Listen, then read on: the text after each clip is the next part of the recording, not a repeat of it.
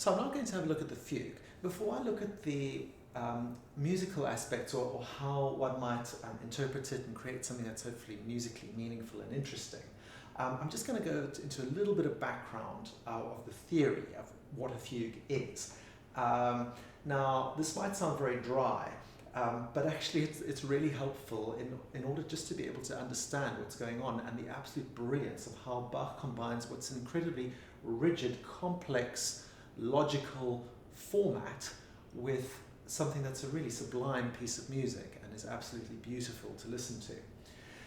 Now, I remember at university writing two-voice counterpoint, in which what you'd have to do is you'd have two voices of equal interest, and they'd have to sound nice together, and that has its challenges.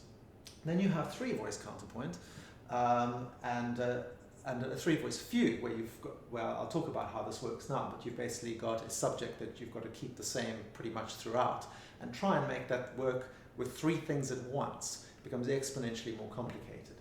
And then you could have a fugue in four voices, and Bach even writes some in five in his well-tempered clavier. It's not that common though. I remember writing a four-voice fugue and tearing my hair out over it. It took me ages to get it to work. And when I had it working, it just worked in a kind of a logical sense. It did not sound particularly edifying to listen to. And I think that's just what is absolutely incredible about what Bach does, is he takes a very rigid, complex, almost mathematical formula, but creates something really beautiful to listen to. So how a fugue works is you have a subject, and the subject is repeated throughout and developed in various ways. So in this one, the subject goes like this.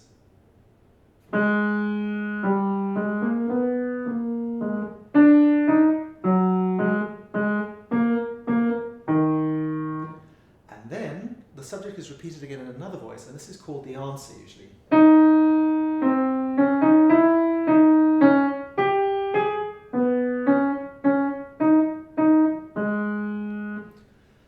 When the subject is in the second voice, there's then what's called a counter subject played in another voice, or in the voice that's already opened. So it would go like, this is the subject in the opening voice.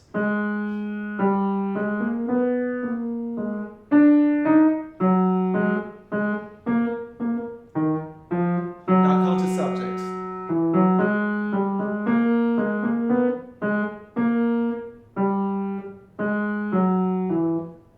Okay, let me show you what those sound like together.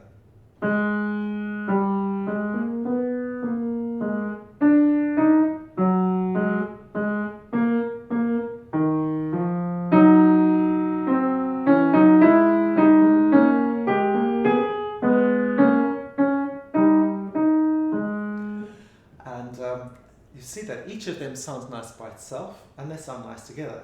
But that's really where it's simplest. It gets even more complicated. So what I'm going to do now is I'm going to play what's called the exposition. It's really the opening, and what happens is generally each voice gets a chance to state the subject.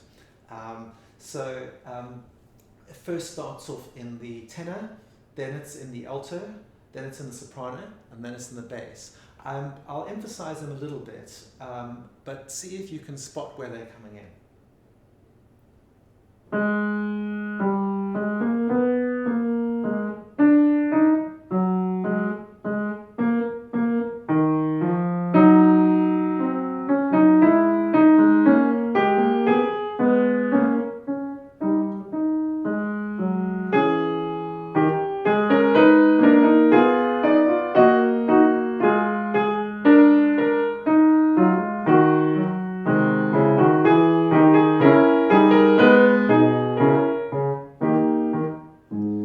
See that there. Basically, we've had all four of them, and the writing becomes quite cool. The texture becomes quite complex because you've got four things happening at once. Then what happens after the exposition, or the subject's been, each voice has had its turn. We end up with what we call episodes, where different ideas that we've had introduced already are played around with a bit. So, for example, we have this.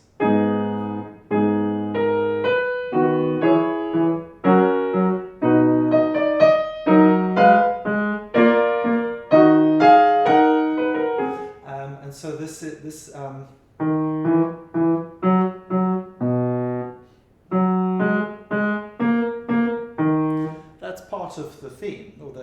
or part of the subject that's sort of increasing in intensity. Then we have what's called a development, where I guess, the subject and various ideas are developed further. And then we get towards the end where we have, it's usually what's called a recapitulation, where the subject comes back, usually in the home key again.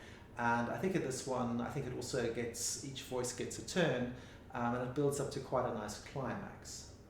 So that's basic sort of fugue 101.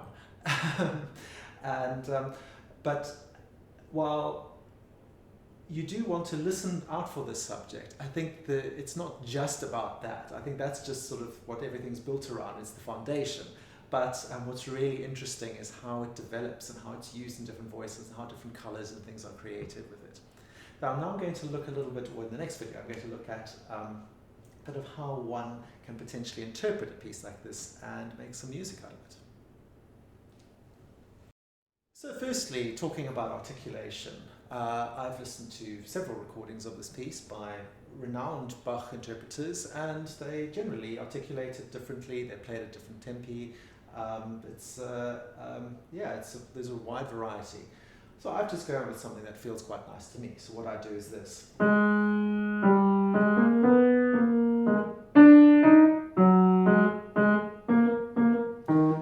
This to me is a bit of it's somewhere I want to arrive at. So like I quite like a little slip. And then this, these, detached. I feel like there's like boom, boom, boom. I'm always imagining like a church, the pipes of a church organ there, which I suppose would be appropriate for Bach's music. And then when I get to the counter subject, this.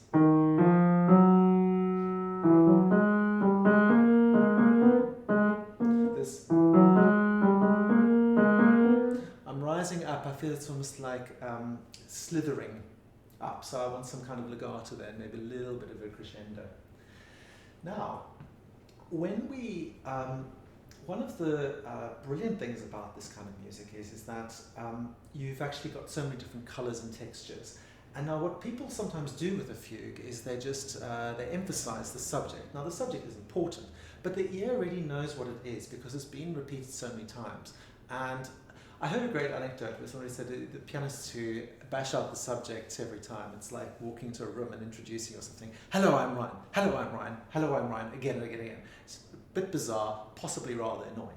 So what's more important is the voicing and how the subject is varied throughout. So I try and keep the articulation as consistent as possible, and sometimes I'll bring it out, but I tend to be more interested in the bigger picture in terms of what all the other voices are doing at that point in time. So in the opening, let me play you the opening, and I'll show you just some of the ways that I like to explore things like color and texture.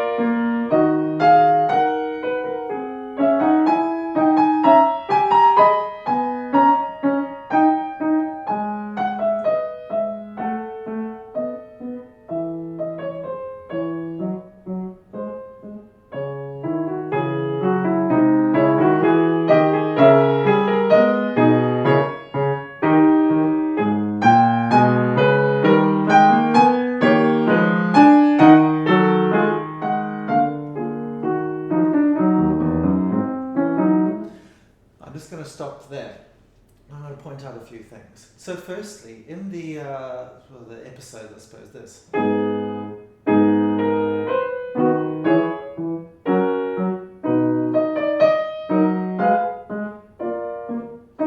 I think that that, there's a little bit of pleading there, but it's a very dry, quite simple texture that we have. So it's quite short and crisp.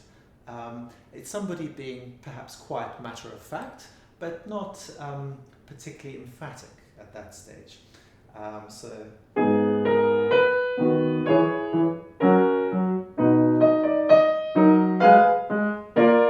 that's quite poignant, so almost a little bit of a pleading cry there. It's quite pitiful though. And this bit here.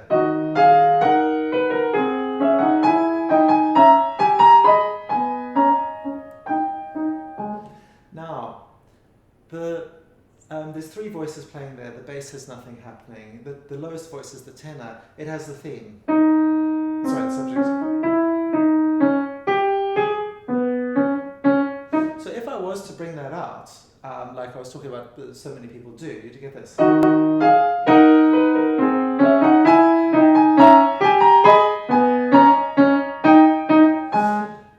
And frankly, I think that's awful, because this here,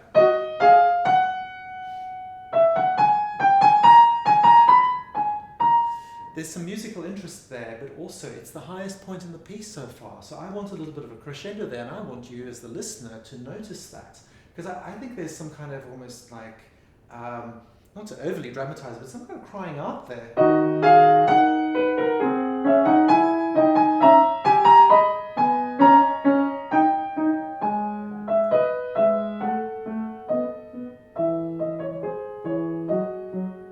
And then this here.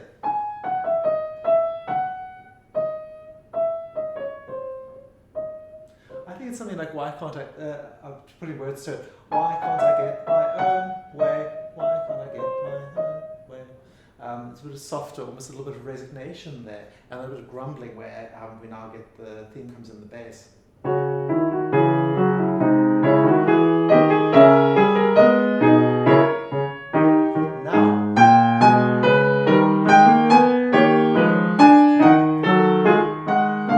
Again, what's happening at the top there, some of the higher notes, this.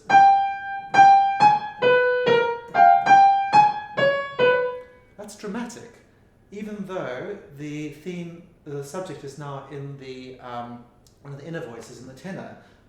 It feels a bit odd. I mean, let me see if I can even do that. Emphasize the theme. Let me go from a little bit before there. It's not the easiest place to pick up. And show you what it sounds like and how I think we missed that, the drama here. If I just slavishly bash out the subject.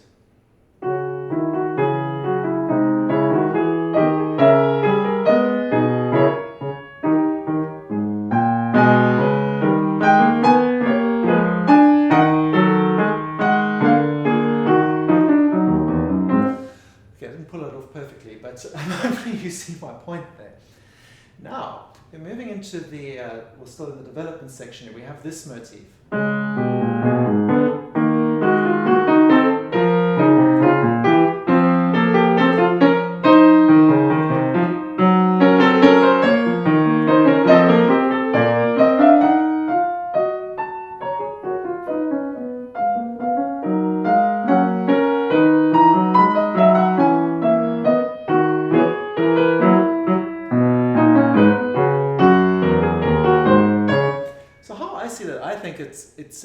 It's an argument. Well, it's not an argument. It's people feeling quite heated about something. I think they're all agreeing and supporting each other. It's sort of I guess how so many arguments are these days, or expressions of opinion. They happen in echo chambers or bubbles, and so. But it's quite emphatic.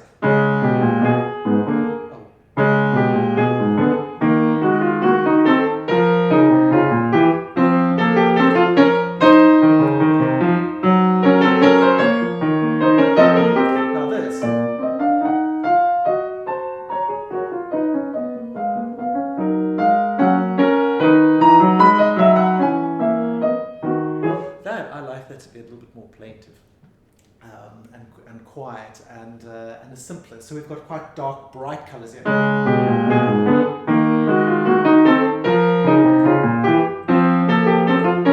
even just quite black and white. I think, yes, there's an argument, or a very, very firm opinions being expressed there. Whereas that other voice, I think, is a little bit lighter and a little bit more. Well, have you considered maybe another approach to this? Does it always have to? Does everything have to be so heavy? And then let me see if I can pick it up.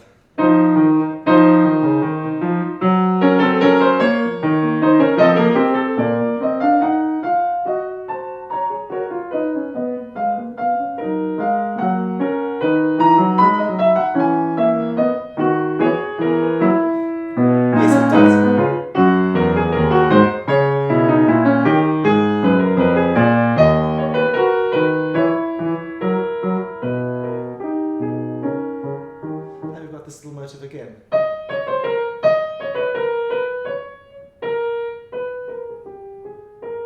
Somebody talking about whether they're getting their own way on or something like that.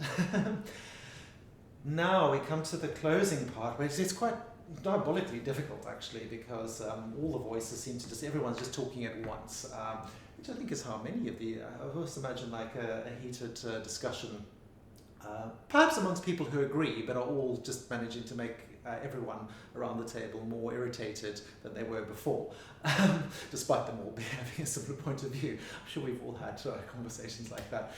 So it gets quite difficult because it's quite difficult to hear what's going on because everyone's speaking at once. I'm going to play this, but it's quite a nice climax because everything builds up to each of the voices, I think, have another chance to state their view, state the subject, and then we conclude the piece. So let me go from here.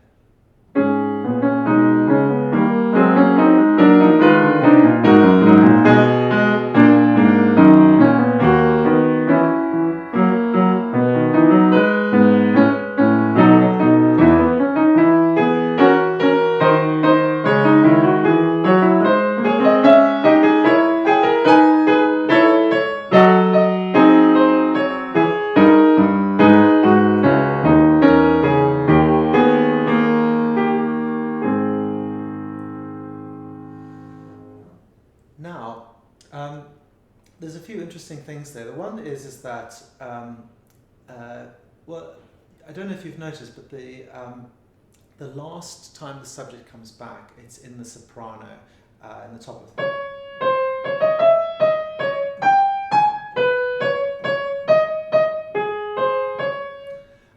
And I think that's quite apt, that it sort of builds up to being in the top voice. The other thing is that the chord at the end is interesting because we're in G sharp minor, so that's G sharp minor. So one might expect you to end on this chord. Instead, Bach ends here, major chord, and creates a bit of a surprise. Let's play from just before where the soprano voice comes in for the last time, and let me show you how the chord might sound with the note being different.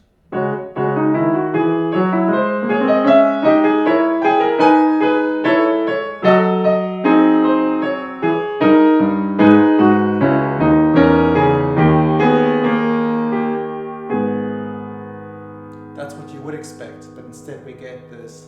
Oh, sorry.